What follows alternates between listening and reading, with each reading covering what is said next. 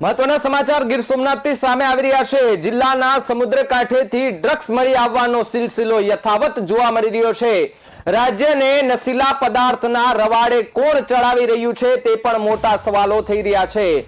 તો ગીર સોમનાથ જિલ્લાના સૂત્રાપાડા તાલુકાના ધામરેજ બંદરના સમુદ્ર કાંઠેથી ડ્રગ્સના પેકેટ મળી આવ્યા હોવાના સમાચાર સામે આવ્યા છે। બિનવારસુ 9 પેકેટ મળી આવતા ખળભળાટ મચી જવા પામ્યો છે, જે પૈકી 2 પેકેટ ખુલેલી સ્થિતિમાં જોવા મળ્યા હતા અને ગીર સોમનાથ એસઓજી એફએસએલ સહિતની ટીમો ઘટના સ્થળે પહોંચી છે અને આજુબાજુના સમુદ્ર કાંઠામાં સુરક્ષા એજન્સી દ્વારા સર્ચ ઓપરેશન પણ હાથ ધરવામાં આવ્યું છે।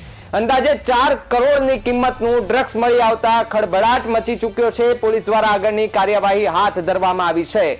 અગાઉ પણ ગીર સોમનાથના દરિયા કિનારેથી કરોડોનું ડ્રગ્સ પકડાયું છે। આ મામલે હર્ષ સંઘવીએ નિવેદન પણ આપ્યું હતું કે આમાં જેટલા લોકો સંડોવાયેલા હશે તે લોકોને પકડવામાં આવશે અને કાયદેસરની કાર્યવાહી કરવામાં આવશે, પરંતુ પકડવાની વાત તો દૂર પણ હજી સુધી આ જે સિલસિલો છે એ યથાવત જોવા મળી રહ્યો છે।